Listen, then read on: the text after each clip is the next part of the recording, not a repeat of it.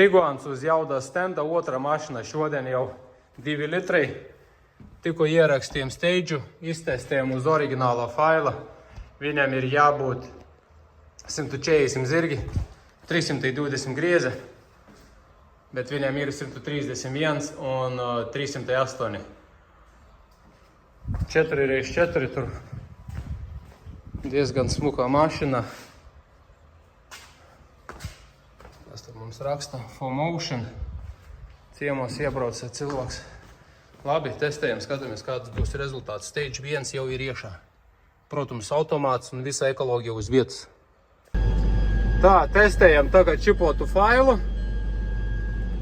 Nekur nebraucam uz jaudas stenda, pedālis grīda.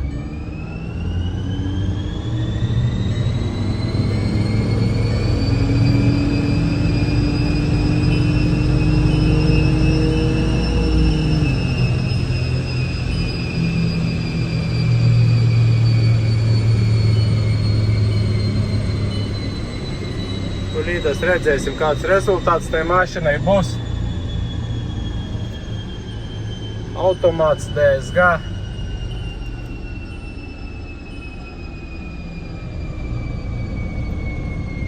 Nu, un kas mums ir?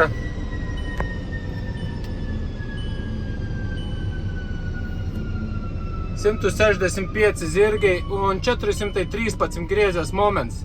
Tātad 108, gandrīz 110 Newtonu viņam klāt un 34 zirgi klāt.